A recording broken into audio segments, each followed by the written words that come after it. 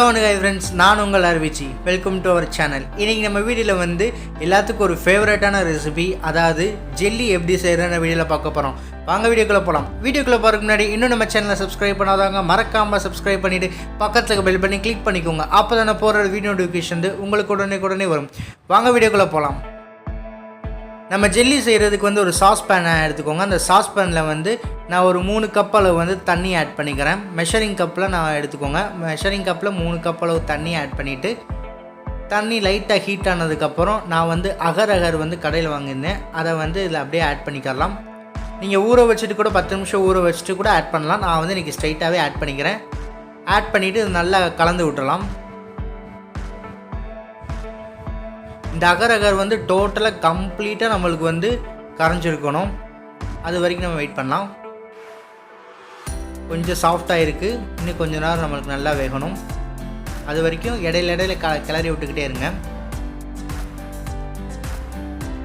பார்த்தீங்களா, இப்போ வந்து நல்லா கொதிச்சு எந்த ஒரு கெட்டியுமே இல்லாமல் நல்லா கரைஞ்சிருச்சு. 1-2 கரையாமல் இருக்குது. இன்னும் கொஞ்சம் நேரம் நம்ம கரைய விட்டுறலாம். இப்போ இந்த அகர் வந்து கம்ப்ளீட்டாக கரைஞ்சிருச்சு. இந்த ஸ்டேஜில் வந்து நம்ம 1 கப்பில் இருந்து 3/4 கப்பில் வந்து சுகர் ஆட் பண்ணிக்கலாம். அதுக்கு குறைவாகவோ நீங்கள் ஆட் பண்ணக்கூடாது. அது வந்து ஜெல்லி வந்து அவ்வளோவா நல்லா இருக்காது. ஜெல்லினா நல்லா ஸ்வீட்டாக தான் இருக்கணும். அந்த மாதிரி பார்த்துக்கோங்க. உங்களுக்கு இனிப்பு அவ்வளோவா லைட்டாக கம்மியாக வேணும் அப்படின்னா நீங்கள் 3/4 கப் ஆட் பண்ணிக்கோங்க. நான் வந்து இன்றைக்கி 1 கப்பில் வந்து ஆட் பண்ணியிருக்கேன். ஆட் பண்ணிவிட்டு நல்லா கலந்து விட்டுங்க. அந்த சுகர் வந்து நம்ம கம்ப்ளீட்டாக நல்லா டிசால்வ் ஆகணும். பார்த்திங்கன்னா, இப்போ சுகர் வந்து நல்லா கொதிச்சு நம்மளுக்கு நல்லா கம்ப்ளீட்டாக டிசால்வ் ஆகிடுச்சு. இப்போ பார்க்க லிக்விட் மாதிரியே இருக்குது, நல்லா தண்ணி கன்சிஸ்டன்சியில் இருக்குது. இதை அப்படியே நம்ம வந்து ஆஃப் பண்ணிடலாம் ஃப்ளேமை. இது வந்து ஒரு கொஞ்ச நேரத்துக்கு நம்ம வந்து லைட்டாக ஹீட்டை வந்து குறைக்கணும். இப்போ ஹீட்டு வந்து ஓரளவு லைட்டாக தான் இருக்குது. அப்படி நீங்கள் ரூம் டெம்பரேச்சர் போயிடுச்சுன்னா நம்மளுக்கு வந்து ஜெல்லி வந்து கிறிஸ்டலாக அதாவது ஜெல்லியாக மாற ஆரம்பிச்சிடும் அந்த லிக்விடு. அதனால் பார்த்துக்கோங்க. இப்போ வந்து லைட்டாக ஹீட்டாக இருக்குது. அதனால் நான் ஒரு மோல்டில் வந்து ஹாட் மோல்டில் வந்து கேக் மோல்டு இருக்குல்ல, அதில் வந்து ஆட் பண்ணிக்கிறேன். ஆட் பண்ணிவிட்டு உங்களுக்கு பிடிச்ச கலரை கூட ஆட் பண்ணிக்கோங்க. நான் வந்து இன்றைக்கி கேசரி கலர் இருக்குல்ல, அந்த கலரவே ஆட் பண்ணிக்கிறேன். ஆட் பண்ணி நல்லா கலந்து விட்டுக்கோங்க.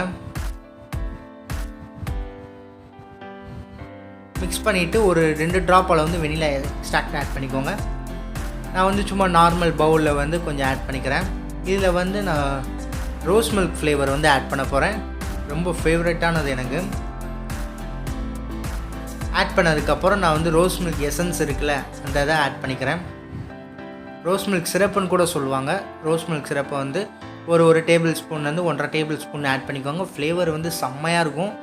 கண்டிப்பாக ஆட் பண்ணிக்கோங்க. அப்புறம் இதுலேயும் ஒரு 2 ட்ராப் அளவு வந்து வெனிலா எசன்ஸ் ஆட் பண்ணிக்கோங்க. இதை அப்படியே நம்ம நல்லா கலந்து விட்டுலாம்.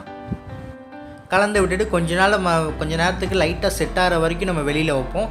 வெளில வச்சதுக்கப்புறம் அதுக்கப்புறம் ஒரு 10 நிமிஷம் அளவு மட்டும் நீங்கள் ஃப்ரிட்ஜில் வச்சு எடுத்திங்கன்னா பர்ஃபெக்டாக ஜெல்லி ரெடி ஆயிரும். பார்த்தீங்கன்னா 10 நிமிஷம் கழித்து நம்ம பார்ப்போம். அதாவது ஜெல்லி வந்து பர்ஃபெக்டாக நல்லா சூப்பராக வந்து நம்மளுக்கு ரெடி ஆயிடுச்சு. இது அப்படியே நான் ஒரு தனியாக ஒரு மோல்டில் நான் போட்டு வச்சுருந்தேன், சாக்லேட் மோல்டில்.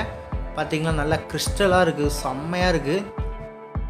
நம்மளோட ஜெல்லி வந்து ரெடி ஆகிடுச்சு. எனக்கு வந்து இந்த மோல்டில் வச்ச வந்து வேகமாக செட் ஆகிடுச்சு. சூப்பராக ரெடி ஆகிடுச்சு. அவ்வளவுதான், நம்மளோட ஜெல்லி வந்து ரெடி ஆகிடுச்சு. அடுத்து இந்த மோல்டை வந்து நம்ம ஓப்பன் பண்ணிடலாம். ஒரு ஸ்பூன் எடுத்து அதை அப்படியே சைடில் நம்ம எடுத்துடலாம். பார்த்துடுங்க. எனக்கு ஃபேவரட்டான, அதாவது சூப்பராக மோல்டு வந்துன்னா எனக்கு இந்த தான் ரொம்ப பிடிச்சிருந்துச்சு.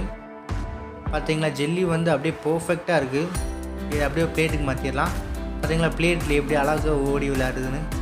அவ்வளவுதான், நம்மளோட ஜெல்லி வந்து ரெடி ஆயிடுச்சு. அவ்வளோதான் ஃப்ரெண்ட்ஸ், நம்மளோட டேஸ்டியான ரொம்ப ஒரு சூப்பரான ஒரு ஃபென்டாஸ்டிக்கான நம்ம ஜெல்லி வந்து எப்படி செய்யறதுன்னு வீட்டில் பார்த்தோம். கண்டிப்பாக இந்த வீடியோ உங்களுக்கு பிடிச்சினா வீட்டை ட்ரை பண்ணி பார்த்துட்டு ஃபீட்பேக்கை மறக்காமல் கமெண்ட் பாக்ஸில் கமெண்ட் பண்ணுங்கள். இந்த வீடியோ உங்களுக்கு பிடிச்சினா லைக் பண்ணுங்கள், ஷேர் பண்ணுங்கள், கமெண்ட் பண்ணுங்கள். மறக்காமல் உங்கள் ஃப்ரெண்ட்ஸுக்கு ஷேர் பண்ணி நம்ம சேனலை சப்ஸ்கிரைப் பண்ண சொல்லுங்கள். சப்ஸ்கிரைப் பண்ணிவிட்டு பக்கத்தில் பெல் பண்ணி கிளிக் பண்ண சொல்லுங்கள். அப்புறம் நான் போடுற வீடியோ நோட்டிஃபிகேஷன் வந்து உங்களுக்கு உடனே வரும்.